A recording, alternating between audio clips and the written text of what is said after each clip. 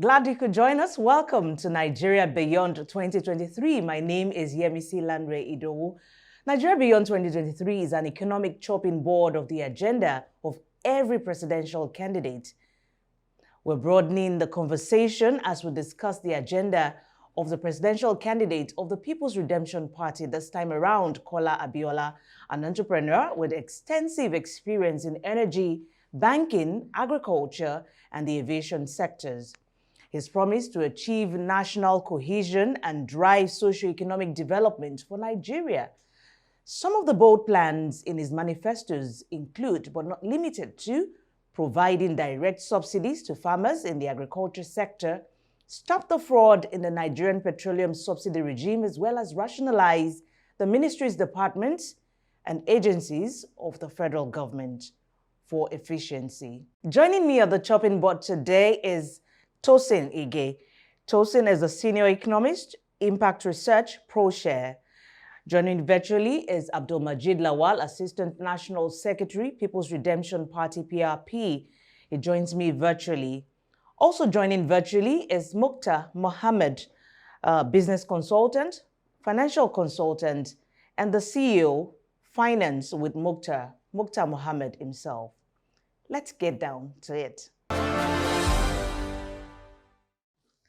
All right, yes, let's begin this way and let's look at the reality. As I was coming to the studio today, I saw the lingering, the pain that Nigerians are going through. We still have the lingering fuel scarcity, the long queues on the road. And if we look at the global oil price today, it's hovering around $84 a barrel. Nigeria should be enjoying the profits from this. But unfortunately, that it's the reverse. A lot of people have alluded this or what's going on in Nigeria to sabotage. Let me ask you, Mukhtar, is there some form of sabotage or what is really happening? If there's sabotage, then maybe the NNPC are sabotaging themselves because they are the sole importer of petroleum product into the country. And the government have been paying revenue to NNPC. So NNPC should be the one telling us who their saboteurs are within them. Because you know any fuel you see selling outside of the official price was brought in by NNPC, because we've not heard any independent marketer telling us that they are bringing in petroleum product. Why they are hiking their own price, they are saying that because they are paying higher in terms of depot fee to the depot tank farms. So definitely, I think if there is sabotage, it's NNPC. Remember, this administration have prided themselves to be an administration that came here and will make sure that there is an end to fuel scarcity. And yet, at the tail end of this administration, it's almost a year now. We are experiencing the worst fuel scarcity we have experienced in the history of any civilian administration. Tosin, it's unfortunate. We're talking before we came on set, and we talked about how much Nigeria is producing now when it comes to oil, about 1.4 to 1.5 barrels per day. Beyond what we used to produce, that's 1.2. I mean, we used to do beyond that at 2 million barrels per day. But we are producing, but unfortunately, we are not getting the return. Nigerians are in pain. What is happening? Thank you once again for having me. I think the problem of the industry, in fact, it's a long chain of problems. And across the value chain of oil and gas, there is always a problem one way or the other. Just talking about production, now from production, there are problems of theft, pipeline vandalism. In fact, we talked about the infrastructure. So some of those infrastructures are old, so they are producing, they can only take less than half of their capacity. So there's only little we can do along that line, except with all of these new licenses that were given and then the discovery that we're making in the north, maybe those ones to supplement for heat in terms of production. So it's actually a problem on its own that we need a complete reform along that line. But of course, as he said also, in the downstream oil industry, it's a problem as we are now. In fact, The problem, really, I think the by and large of the problem is actually from the NNPC. Somewhere along the line, NNPC is actually dropping the ball, and I think if they do not resolve this, there is no way we are getting out of it. Mr. Abdulmajid, I'm sure you've heard the conversations back and forth from the analyst in the studio. I have Tosin here with me in the studio, and I have Mukhtar Mohammed as well. And they've spoken about what may be happening. Yes, your candidate, if he comes into power, says it will prioritize stopping the fraud in the petroleum subsidy regime in Nigeria. Nigerians are in pain, and I know that those in the north are even feeling it harder. Now, does this mean that you're not even going to consider the removal of fuel subsidy if you say you're going to be prioritizing stopping the fraud in that sector? If really we are for subsidy, let it be done effectively.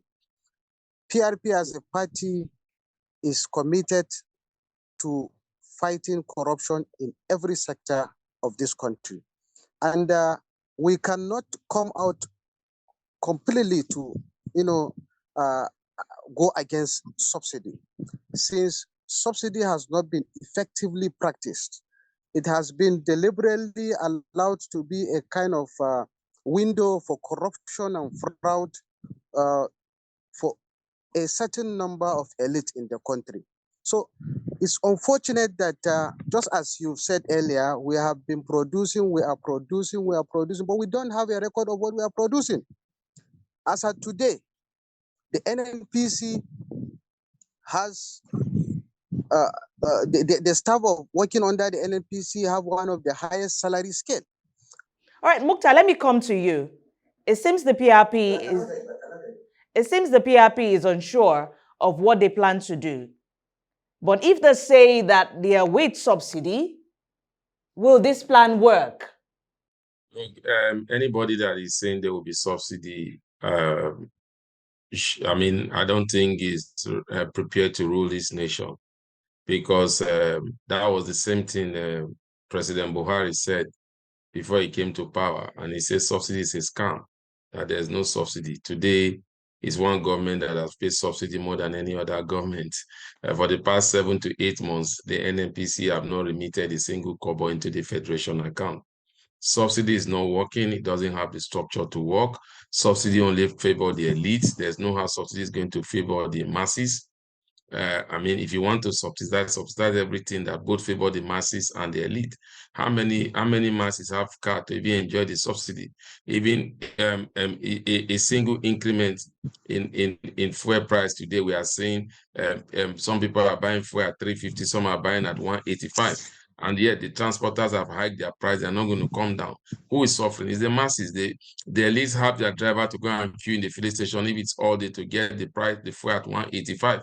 The masses don't have that time because they have to go out looking for their daily living, and they have to pay through their nose. So definitely we mustn't deceive ourselves. Subsidy is not working. It's not going to work. I mean, the way he's saying there, the way the PPR is saying is more or less that you come and you begin to have a debate, you begin to ask whether subsidy is working, you are going to look into it, you are going, I mean, that means you will not hit the ground running, and will continue to, the problem will continue to get worse. So the three main presidential candidates, PDP, APC, and Labour Party, have said it categorically, without fear, subsidy must go and subsidy will go. Even the current administration under President Buhari have said it, that subsidy is going by June. So I don't think, if it's only when you're living in a full paradise or trying to deceive Nigerians, you tell me that subsidy will work. Subsidy is not working. I don't think it will work. That is off the board. Subsidy would not work. I really would not want your reactions anymore. He has said it. But let's just move on that. They are also saying that when they come on board, they would get the refineries working. Refineries that we have been working on for years now, and there is still nothing to show for it. We have the Warri Refinery, Eleme, Port Harcourt, and Kaduna Refinery, and they have pumped about $1 billion to the Port Harcourt Refinery, and it's still not in operation. Where are we? Yeah, for the Port Harcourt Refinery, the current administration has actually pumped money into it 1.5 billion US dollar into that refinery, and I think around 1.4 for the Warri and the Kaduna refinery. So when they say they are going to rehabilitate, there's nothing they are rehabilitating. The current administration is already doing it. So what they can do is to continue, because the rehabilitation is in phases. So if some of the phases have not been completed before they come on board, so what they can do is just to complete it. But then what brought us to where we are before, where we have some of this refinery not working, is actually, what we're talking about in some other instance, that sometimes whenever you leave things to the government, to, public sector, it tends not to be efficient. And so that's why those refineries are not working. As analysts, we always, as I said, we always favor the market. So yeah, if we can run it in a private sector mode, it will be much more efficient, or we will come back to where we are, where those refineries will not be working, and then we'll have staff collecting salaries at those refineries. So the government should take off their hands off the refinery. So what we are saying is that, should we chop this off as well? Yes, they have continued, but hand over to the private sector. The private sector, yes. We're talking about the refineries. Mr. Abdulmajid, you planned that you would get the refineries operational when you come on board. The analysts here have said the private sector should take it over. Would you want the private sector to take it over, or you would continue with it, with what this administration has done? Thank you very much. You see, the issue is about the political will. The current administration lacks the political will to activate our refineries. We've had a lot of instances where illegal refineries are working effectively.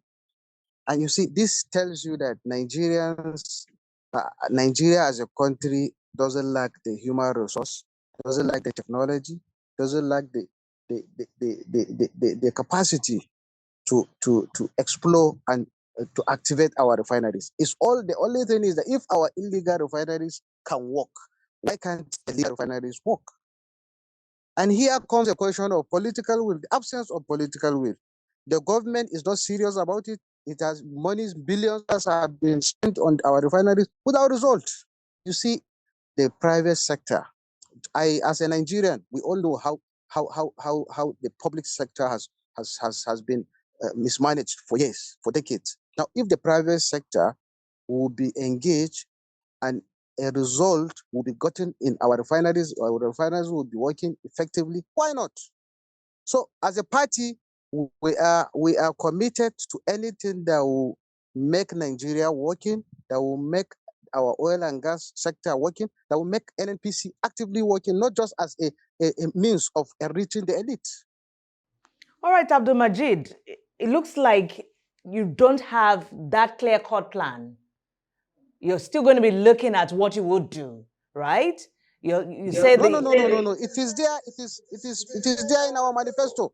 This party says in the first 6 months that it is sworn into office, the government will pass laws guaranteeing direct subsidies to go to farmers and agro-allied producers. A lot of funds being expended here and there. We've seen different interventions from this administration. We've seen the anchor borrower scheme, what NERSAL is doing at the moment, and all of that. But do you think expending fund is our problem? Yes, we need to finance agriculture, but is that the right approach? No, when it comes to agriculture, we always think about our land mass. We always think that agriculture provides food for us. We've all thought our land is fertile for any product, but we've not looked at our competitive advantage. And that is what I think any party that wants to grow the agricultural sector should be looking at. Nigeria cannot be jack of all trade, master of none. We want to be cocoa, we want to be maize, we want to be cassava, we want to be yam. We need to look at our competitive advantage and begin to develop our people towards that. Ghana, when you talk of Ghana, you talk of Ghana, you talk of cocoa, when you talk of apricots, you talk of cocoa. That's your competitive advantage you should take to the market, not producing everything. I'm not saying you cannot produce everything, but the one that you really want to be your export, bring effects into your economy, you want to be known with, is the one that you have competitive advantage over every other nation. So what Nigerians should be looking is to study which sector will have competitive advantage. What we've seen in this administration, we've seen the monetary policy, CBN getting directly involved in what they are not supposed to be involved in, which is direct intervention in agriculture. So I don't think any right-thinking administration will come to power and want to continue to do that. Because when you talk about the anchor borrowing scheme, you remember of recent, we've had issues whereby they said most of those money were given to politicians. They never have any farm, and those that were even having the farms, we have not been able to pay back, came with CBN threatening them. So we need to look at what we are doing. What is our competitive advantage? We want to go to rice farming. I am not an agent of subsidy, because are you subsidizing businessmen? We have been subsidizing petroleum product for businessmen to make a kill. If you want to subsidize agricultural product, what area of subsidy are you providing? I think government should begin to look at subsidy in terms of value chain. That is what they should look at, not in terms of throwing money. They should look at subsidy in terms of value chain. And that is what I think they should do. Because when we look at the agricultural sector, we have challenge in terms of storage facility. What is government going? Is that a value chain that you can create to help these people, rather than saying, oh, we want to subsidize fertilizer? Remember, we were doing fertilizer before, and the current president of African Development Bank stopped it and came up with the wallet scheme. And Abdulmajid came back and came into also and didn't continue with that wallet scheme. And today, fertilizer is becoming as scarce as it was never before, because there was no continuity. So definitely we need to look at what we want to have competitive advantage in, and what the government should be looking subsidy in terms of value chain, not in terms of throwing money. So Mukhtar, from your end, their plan would not work. It's a yes or no? It won't work. The way it is sound, it won't work. All right. Government funding comes from debts that must be paid. And that's just what Mukhtar is saying. And with all sorts of schemes flying around, right? He has said it would not work. So what would work for the agriculture sector? Truly, I also share that idea that it won't work, given that the current administration is actually subsidizing farmers. Because you remember that the anchor borrower scheme and all the interventions of the CBN are actually at a very ridiculous rate, which of course is a subsidy on its own. So they are subsidizing agriculture, but you remember what some of those farmers said? They said they thought it's the national cake, so they are not repaying back, which telling us that that model will not work for the agricultural sector. But for some of these farmers, what we think will work is really creating this exchange that we have. I think some commodity exchange, some of them are doing that because it provided a platform for some of these farmers to aggregate their products. So whatever scale, whatever levels you can produce from, when you bring it to the exchange serves as a platform for you to actually trade your goods. So if you need more funding for your farm, you can actually go to the exchange. You know, the exchange provides a platform for aggregation, for all of those activities that you can use to actually scale your business. So that kind of a model will still be more viable than subsidizing agriculture the way we have been doing, and it has not worked. I'm glad that he brought the matter of commodities exchange, and we know that there are some of them in existence. Mukhtar, we used to have, I don't know if it's still existing, that's the Agriculture Commodity Exchange. Correct me if I'm right. We also have some private exchanges. We have AFEX. What is it like? Please assess it for me. Are they functioning? I know AFEX is functioning, but what about the Abuja Stock Exchange? I know they tried to do some things around it. You know, the Abuja owned commodity exchange was a brainchild of the late Chief Odefi, and he didn't see the light of the day because the then DG of the Security and Exchange, the then DG of Nigerian Stock Exchange, looked at it as bringing a competitive to the Nigerian Stock Exchange, a competitor to the Nigerian Stock Exchange in Lagos, and I think that did not see the light of the day. Will it work? I think it will work. Now that the exchange is more or less like a private company, they are looking at that. We have an encounter with them. of recent, they're talking about bringing in product, and some of these products they are thinking about is building a commodity exchange, which my colleague in the studio, I quite agree with him, will help the farmers. So I think it's a good thing to do. But again, that we are looking at it within the space of this nation. I think we should be thinking of being a global player, like I said, taking competitive advantage in one area. And if we are going to use the commodity exchange, how do we launch from that commodity exchange into other parts of the world? Just like some Nigerian companies have been listed in the exchange. Today, they are dual listed in London. Some of them are in South Africa. So those are the type of things we should be looking at. You actually let the cat out of the bag. You actually let the cat out of the bag, Mukhtar. I was going to say, how do foreign investors participate in the commodities exchange? I think they will. It's going to run like not always easy. It's not always easy when you have just a one-way exchange system. I think that has been our problem. So foreign investors will come, but when they want to exit, how quick are they to access their funds? Right? That's a challenge. Yes, quite a valid point.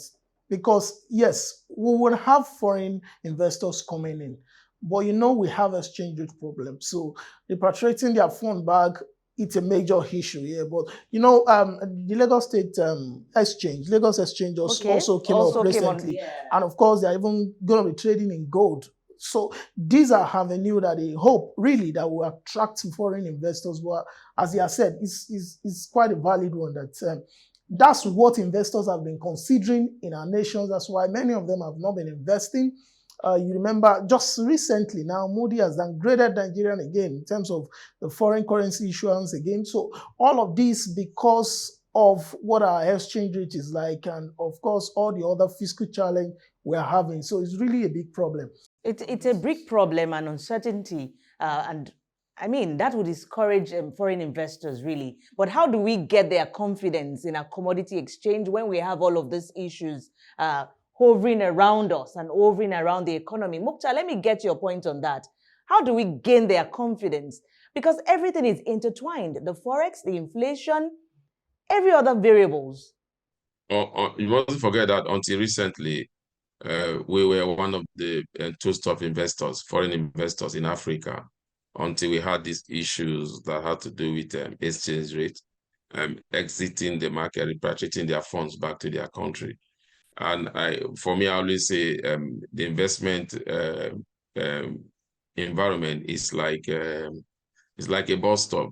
Once you see the bus, doesn't mean that's the last bus. On that bus will come. Foreign investors are still eager to come to the Nigerian market, especially with the cheap valuation of our assets.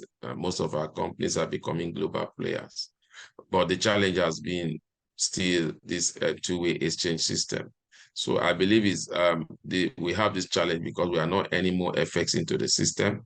So that's why I think when we become a global player and agricultural products are any more exchange into our system, and with oil also, most foreign investors would generally want to come because they know it won't be a challenge in repatriating their funds back to their country.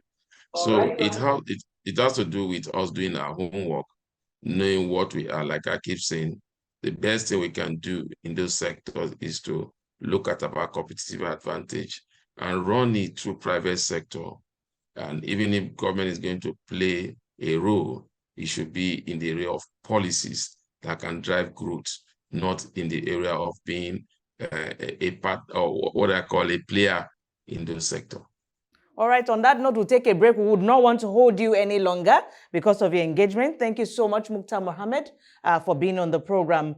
We'll continue this program after the break.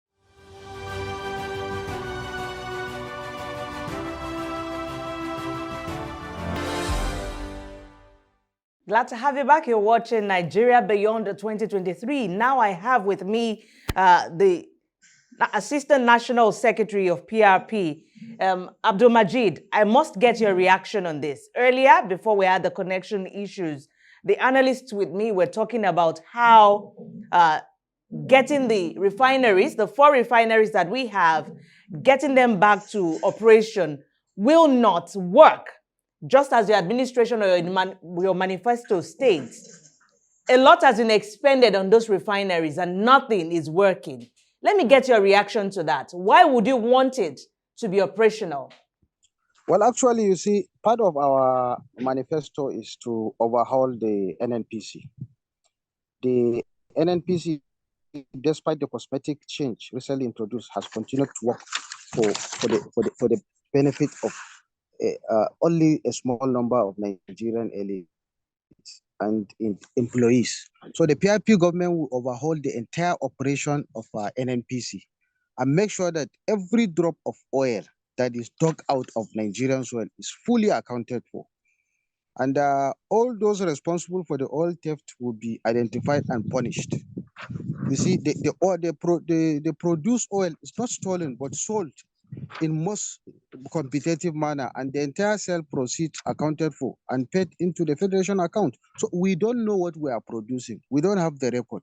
The pay structure and pension of employees of NNPC and its subsidiaries are in consonance with pay structure. We ensure that they are in consonance with pay structure of the Nigerian state.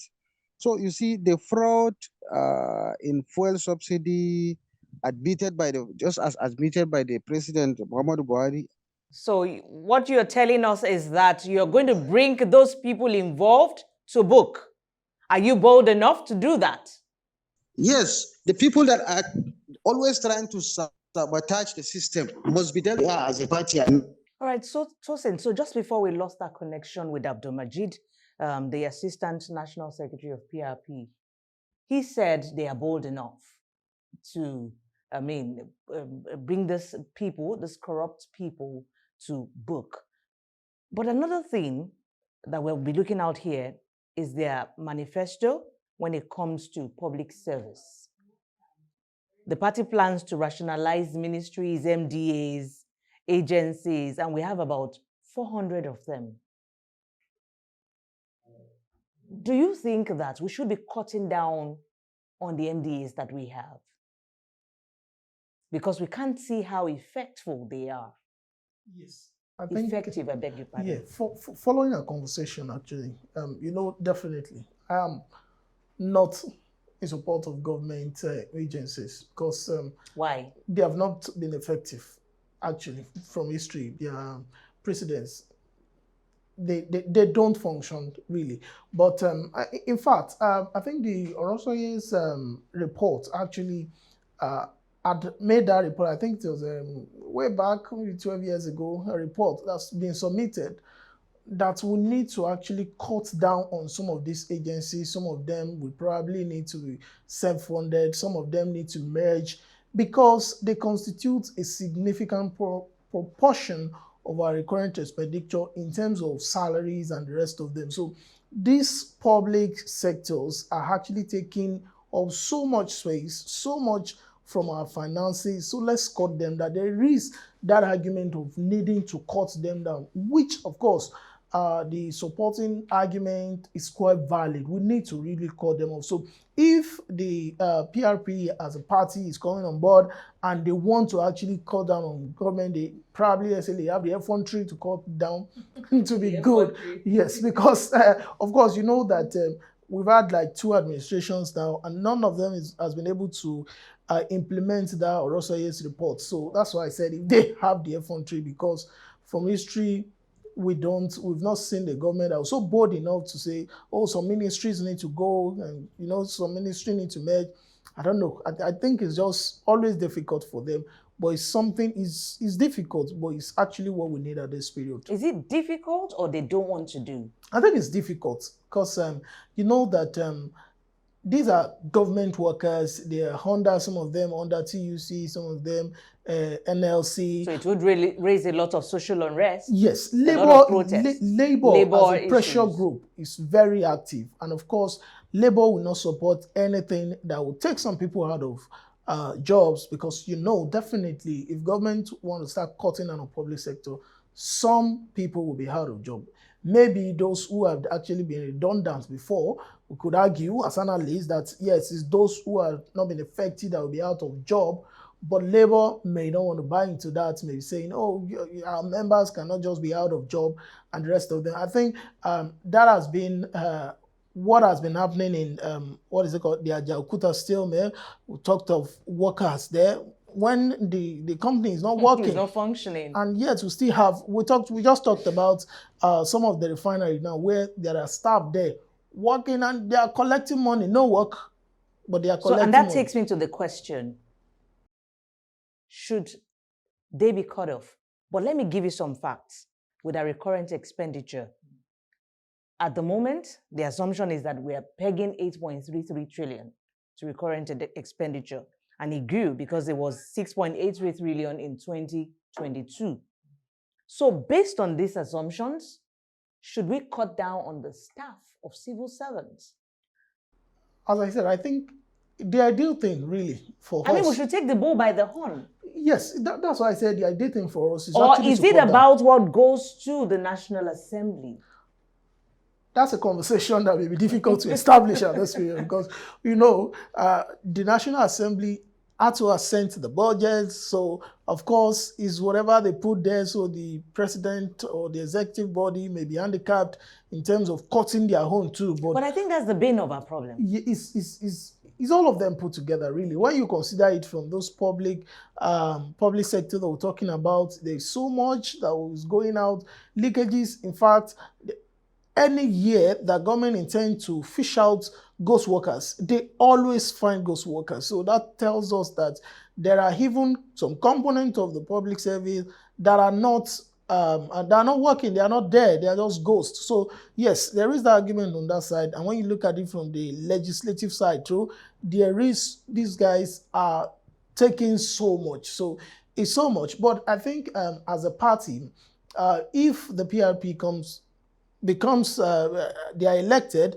it might be difficult for them because you know that yes, I'm not sure I've seen any of the candidates for all of these assemblies, the National Assembly. So it may be difficult to cut down on the legislators' salaries, the allocation in that instance. But at least the one in your purview, you can still do something about it. So you can trim it down. Cut down on ghost workers and the likes. And the likes, yes. Even some MDAs, as I've said, it's not rocket science. It's being prepared in the Orosoye's report. You just need to implement some of them. In fact, there are reports that after the report said, we've actually increased some of these government agencies by as much as maybe 200 or so, creating new So what's MDAs. The need for all these reports? We would create all these reports. We'll set up a panel. We'll set up a conference. And at the end of the day, we're not implementing or we're not taking any ideas from the recommendation. Yes, implementation has been the problem of Nigeria. That's why we're so good with developing plans, but implementation is always a problem.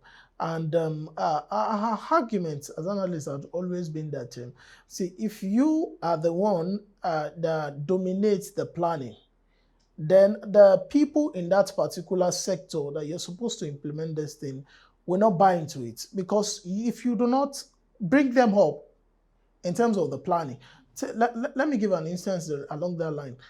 Recently now, the president constituted a 14-man panel to see to the distribution of petroleum products.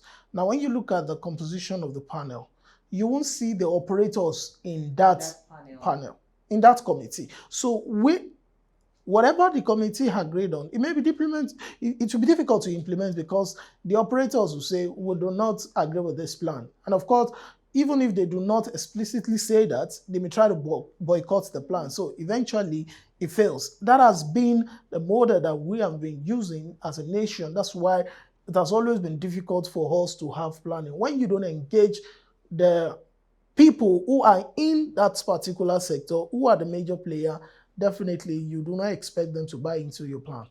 15 million children out of school. That's what we have in the recent report that was released. And now the PRP is saying that, I mean, we cannot overemphasize the effect of education on the economy of a country and a country as a whole, on the growth and development of a country. Education is very crucial. It is very important. There's a significance of what education does, even to the government. I mean, look at the crop of students that we're churning out today. You can't even have an intellectual conversation with a lot of them. I don't know. I stand to be corrected, really. So the PRP says, okay, we will be providing free and compulsory education to all citizens up to SS2, and also provide an expanded, these are the words, and reasonable scholarship scheme covering tuition and accommodation. Is this overambitious? I mean, can't we just start from little? We've seen, yes, I know a state like Lagos State does give loans and bursaries to students, to indigenes of Lagos to a certain level. But will this work as a nation? It's something that should work, really. Yes. I'm sure we shouldn't even be talking about this because these are basics. Yes. So, but are they overambitious with this plan? Yeah, I won't consider it. How would they source the funds? Yes, yeah, we can talk about how they will source the fund as a different conversation, but whether it is overambitious is I won't consider it that. If they say they're giving free and compulsory education to up to senior secondary two, yeah, that seems as a good plan, because even although we favor not everybody turning to the tertiary education in terms of the university as we have it, we can use the technical education, but at least everybody needs to have that the basic one. So, and of course, let's extend it not just to the basic education, to the secondary education as well, because our curriculum, the way it is designed now, if you only go to the basic one, you may not achieve, you may not be so grounded in the lingua franca of the nation. So, although, you depending anyway on the kind of institution you go to, whether the basic, but the history of the basic educational system of government. So that's why I feel extending it to the secondary will be better. But in terms of the bursary too, you said Lagos State is giving. In fact, I think almost all the states in the Southwest that I know, at least, often give bursary depending on, their conditions attached, the way they arrange it anyway. But it's a good one. But as I said, the problem is where you are going to get the fund. Many of this party come on board, we're going to do this, we're going to do that. How do you fund it? Where are you going to get the money? See, this administration, if supposing we have continuity of government, even if a new party come on board and they sit with this administration, what's the state of things? They will tell them we don't have anything. We don't have money. The way our deficit, fiscal deficit has grown so much now that we are borrowing to pay salaries. We are borrowing to do, so not just to do capital project, we are borrowing to pay salaries as it were now. So where do they want to get the money? That's why we've always said, let education be self-funded. And of course, we know what private secondary schools are doing at this period. Some of them are quite good at what they are doing now. So yes, that's why we're now so much of a compulsion to say our secondary school too must be part of the universal free one. So you can leave that again also for the private sector who have been quite effective at it. But the tertiary education, that particular one, make it self-funded because you don't have the money to fund it now. And I must say, education is a long-term investment. If you don't invest in it now, you may suffer for it in the future because you don't have the human capital to actually drive your economy in the future. We are where we are now because we do not invest so much in education. In fact, we have the disparity across the country because some region invested more in education and others than the other. So that's why we have that diversity that we have now. So it's in line anyway, but where these parties need to tell us where they are going to get the money. That's what is important. And it looks like this party just lost to allocate and give interventions or fund and all of that. So what you have said now, private sector investment in education is what will save that sector. Yeah. So they allocating 20% from what they have said in their manifesto may not be needed. 20%. 20%. Well, it's still below the recommendations, but 20%, yes, which they need to be more specific also along that line. What exactly do you want to, as I said now, Is the 20% again looking at funding universities, looking at all other levels? All other levels, or are you going to be investing in technical education along that line again? So they need to be more specific so that we could know this is how this one will go and this is how this one will not profit along that line. So there needs to be more clarity from the party. Really. More clarity from the party. Specify, break down all of this agenda so that we can have a clarity on how you want to go and when you get into the administration. I will say thank you so much, Tosin, again, for your time on the program. We sincerely appreciate it. Thank you for Thank you. And that's how we wrap on Nigeria Beyond 2023.